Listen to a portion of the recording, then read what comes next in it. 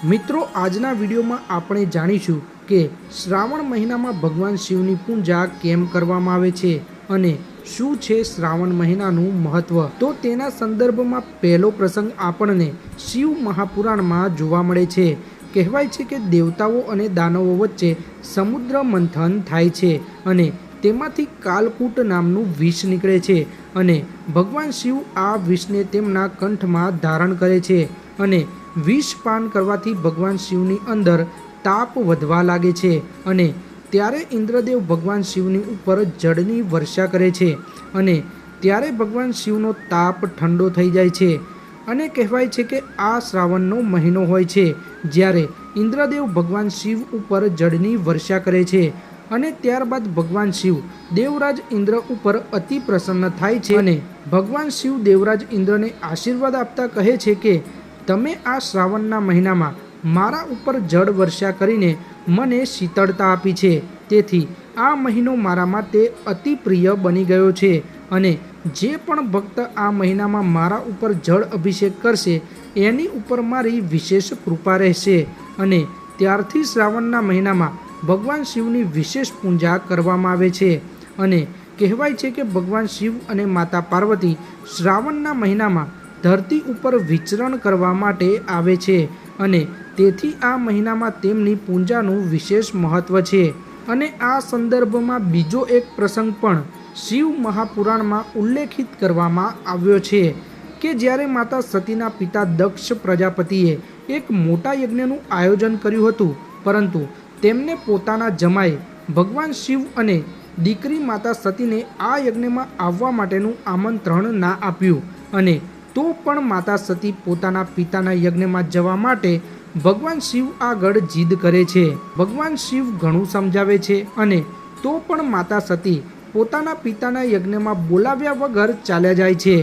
અને જ્યારે માતા સતી યજ્ઞમાં પહોંચ્યા ત્યારે દક્ષ પ્રજાપતિએ ભગવાન શિવ વિશે અપમાનજનક શબ્દો કહ્યા અને તેમની નિંદા પણ કરી। આથી માતા સતીને અત્યંત ક્રોધ આવ્યો અને ભગવાન શિવને દરેક જન્મમાં પોતાના પતિના રૂપમાં મેળવવાની ઈચ્છા રાખીને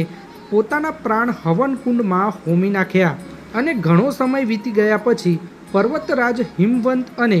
રાણી મેનાવતીના ઘરે માતા સતીનો બીજો જન્મ માતા પાર્વતીના રૂપમાં થયો। પાર્વતી માતા ભગવાન શિવના મોટા ભક્ત હતા। માતા પાર્વતી જ્યારે યુવાન થયા ત્યારે ભગવાન શિવને પોતાના પતિના રૂપમાં મેળવવા માટે ઘોર તપસ્યા કરે છે અને ઘણા વર્ષોની ઘોર તપસ્યા પછી શ્રાવણના મહિનામાં ભગવાન શિવ માતા પાર્વતી ઉપર પ્રસન્ન થાય છે અને તેમને દર્શન આપે છે અને પછી ભગવાન શિવ તેમને વરદાન માંગવાનું કહે છે અને ત્યારે માતા પાર્વતીએ ભગવાન શિવને કહ્યું કે હે નાથ, મેં તમને પતિના રૂપમાં પામવા માટે જ આ તપસ્યા કરી છે। જો તમે મારી તપસ્યાથી પ્રસન્ન છો અને વરદાન આપવા માંગો છો તો મને વરદાન આપો કે હું જન્મ જન્માંતર માટે તમારી પત્ની બનું। અને પછી ભગવાન શિવ માતા પાર્વતી ઉપર અતિ પ્રસન્ન થાય છે અને માતા પાર્વતીને વરદાન આપે છે અને માતા પાર્વતીને પત્નીના રૂપમાં સ્વીકાર કરે છે। અને પછી ભગવાન શિવ માતા પાર્વતીને કહે છે કે જેવી રીતે તે તપસ્યા કરીને શ્રાવણના મહિનામાં મને પ્રસન્ન કર્યો, એવી જ રીતે કોઈ કુંવારી કન્યા શ્રાવણના મહિનામાં જળથી અભિષેક કરીને ચંદન અને કંકુનું લેપન કરીને મારું પૂજન કરશે તો